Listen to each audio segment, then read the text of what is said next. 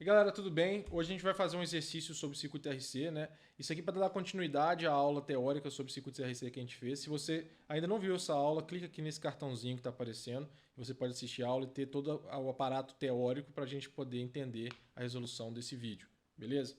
Como de praxe, eu vou pegar um circuito para a gente analisar, né? Esse circuito é um pouquinho mais complexo do que o que a gente discutiu na teoria, e a ideia é a gente poder usar todas as ferramentas possíveis, né, para analisar um circuito RC. Então, o que eu quero saber nesse circuito, efetivamente, né? Eu quero saber qual que é o gráfico da tensão VA entre os instantes de 0 a 600 microsegundos. Mas eu tenho algumas condições, que é o seguinte: primeiro, os capacitores estão descarregados, né? E a chave SW, né, ela vai fechar no instante T0, vai abrir de novo no instante 400 microsegundos, né? E vai fechar de novo em 500 microsegundos. Então, essa chave ela fica repicando durante um pequeno intervalo de tempo. E eu quero saber como que a tensão VA vai se comportar com esse movimento. Então, a gente viu na teoria como que a gente resolve um circuito RC, que basicamente tem uma fonte de tensão, um resistor e um capacitor. Esse circuito, obviamente, é muito mais complexo, né? Só que a gente pode lançar mão de todos aqueles aparatos que a gente viu nas aulas teóricas de circuitos para a gente simplificar isso e chegar muito mais próximo desse circuito RC tradicional, né? Então, o que a gente vai ter que fazer? A gente tem que primeiro simplificar esse circuito. E eu vou fazer o seguinte: eu vou levantar o modelo equivalente Thevenin para o circuito que está antes da chave SW, né? Depois eu vou associar os três capacitores num capacitor equivalente e aí eu já vou ter um circuito bem mais simplificado. Tranquilo? Então, primeira coisa, eu vou abrir o circuito nesse pedaço aqui e vou analisar essa parte de circuito, beleza? Então, eu quero saber qual que é o modelo Thevenin desse circuito aqui. Eu não vou fazer essa análise passo a passo, né? A gente já discutiu nas aulas anteriores como fazer o modelo Thevenin. Se você ainda não viu isso, corre lá, clica nesse cartão, vê a videoaula sobre circuitos Thevenin e depois tenta resolver isso aqui, né? Eu aconselho vocês tentarem pausar o vídeo agora e resolver esse circuito na mão. Se vocês conseguiram achar esse circuito, então vocês fizeram a análise corretamente, beleza? Tá. Uma vez feito o modelo Thevenin, eu vou pegar esses três capacitores e vou associar isso num capacitor só, né? A gente sabe que eu tenho ali o capacitor de 10 microfarads e de 560 nanofarads em série, então a associação deles vai nos dar esse valor aqui, 530,3 nanofarads. Como agora eu tenho dois capacitores em paralelo, a capacitância final é a soma delas. Então, o meu capacitor equivalente é um capacitor de 630,3 nanofarads, beleza? Substituindo agora o modelo Thevenin e o capacitor equivalente no circuito original, eu vou encontrar isso. Ainda tenho dois resistores, mas agora eu posso analisar o circuito em modo carga e modo descarga de uma forma bem mais simplificada. A gente vai fazer essa análise passo a passo. Primeira coisa que eu tenho que lembrar é, se o capacitor está descarregado, né, ele se comporta como um curto-circuito, né? Então, na hora que a chave SW fechar, o circuito Thevenin vai enxergar um curto na sua saída, beleza?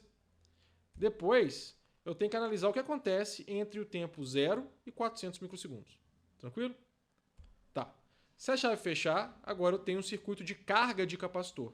E ele tem que respeitar a equação genérica que a gente discutiu na aula teórica, né? Para esse circuito, a tensão inicial é muito fácil, né? O capacitor está descarregado, então a tensão inicial sobre ele é zero. A tensão VA é a tensão no capacitor, beleza? A tensão final, por outro lado, não é tão simples. Ela não vai ser 13,14 volts, não. Ela não vai ser a tensão da fonte, porque não é a fonte que está conectada ao circuito RC, né? Eu tenho alguma outra coisa. Quando eu vou calcular a tensão final de carga, eu tenho que considerar o seguinte, que aí eu não erro. O capacitor totalmente carregado, ele se comporta como um circuito aberto, uma chave aberta, né? Então o que eu vou fazer? Eu vou tirar o capacitor do meu circuito e vou calcular a tensão VA que sobrou, né? Se eu for analisar ali, eu vou ver que a tensão VA ela sai do divisor de tensão entre o resistor de 3.3K e o resistor de 537 ohms, né? Então a tensão final respeita aquela equação, que é a equação do divisor de tensão, e eu vou achar uma tensão final de 11,3 volts. Beleza? Tá. Agora o que me resta é calcular o tal, a constante de tempo. Para isso, eu tenho que levantar qual que é a resistência Thevenin vista pelo capacitor. Beleza? Ou seja, eu abro o circuito nesse ponto e vejo que resistência que tem para cá, né? Para isso, lembrando, né? A gente curto-circuita a tensão de 13,14 volts e aí eu vou ter a resistência de 3.3K e de 537 ohms em paralelo.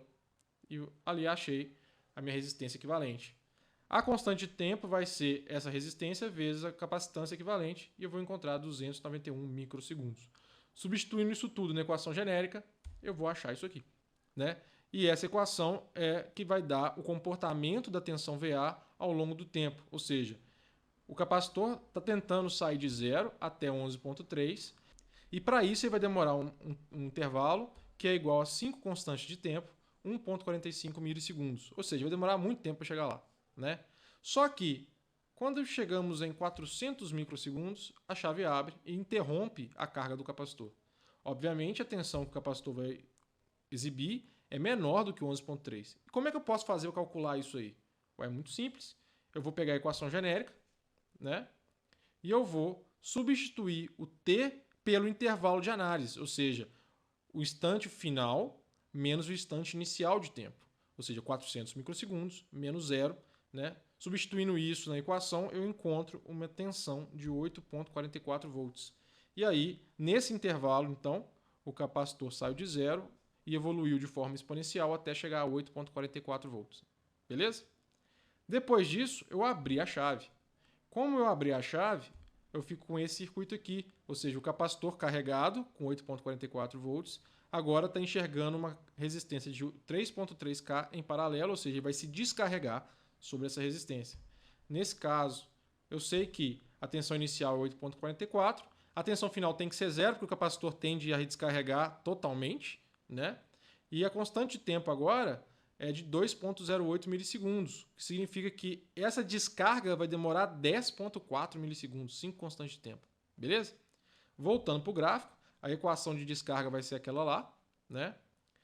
E eu sei que vai demorar 10 milissegundos, mais ou menos, para ele se descarregar. Então, nesse intervalo que a gente está analisando, é muito lento. É como se fosse uma reta ali com uma inclinação bem levinha.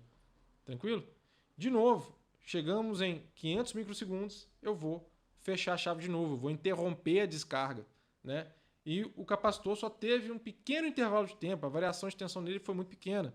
Agora, quanto que isso foi? Vou pegar a equação de descarga que eu tenho ali, vou substituir o T pela diferença de intervalo de tempo, ou seja, 500 microsegundos menos 400 microsegundos, vou encontrar 8.04 volts. E aquilo ali que deu, né? Então a tensão ela variou só aquele pouquinho ali, beleza? Tá, depois que eu fechei a chave, eu voltei para o circuito de carga que a gente tinha analisado antes, né? E a equação é aquela que a gente conhece, a única diferença é que a tensão inicial agora é de 8.04 volts e não mais 0, né? A gente sabe que a gente vai sair desse ponto, em mais 1.4 milissegundos, ele vai chegar lá aos 11.3, beleza? De uma forma exponencial. Só que quando a gente chega em 600 microsegundos, eu paro a minha análise, né? Nesse ponto, né? Substituindo lá o T pela diferença de intervalos de tempo, 600 microsegundos menos 500 microsegundos, eu acho que a minha tensão ela para em 9 volts, né? Então, beleza. Se eu agora for limpar o meu desenho, eu encontro que o esboço da tensão é mais ou menos esse, né? A tensão sai de 0, vai até 8.44, depois decai até 8.04, depois sobe de novo até 9 volts. Se eu for expandir minha visualização, eventualmente ela vai chegar lá nos 11.3, vai carregar completamente e todo mundo vai ser feliz. É isso aí, gente. Eu espero que vocês tenham gostado desse vídeo, né? Eu tentei jogar aqui todas as informações que a gente pode encontrar no exemplo de resolução de exercício para circuito RC, né? A gente teve que fazer equivalente Thevenin, associação de capacitores, analisar carga e descarga em diferentes tempos, mudando a constante de tempo, isso tudo, né? Então, eu tentei ser o mais completo possível, né? Se vocês gostaram do vídeo, por favor, se inscrevam no canal, dê um like nesse vídeo aqui, compartilhem eles. Não deixem de colocar nos comentários aqui o que vocês acharam, alguma sugestão. Caso vocês tenham alguma dúvida sobre análise de circuitos, sobre esse exemplo específico, coloca lá nos comentários, me manda um e-mail, eu tendo a responder todo mundo que comunica comigo, beleza? Vocês também têm acesso à playlist com todos os vídeos de circuitos elétricos que a gente fez até agora. E é isso, um grande abraço, até a próxima, tchau!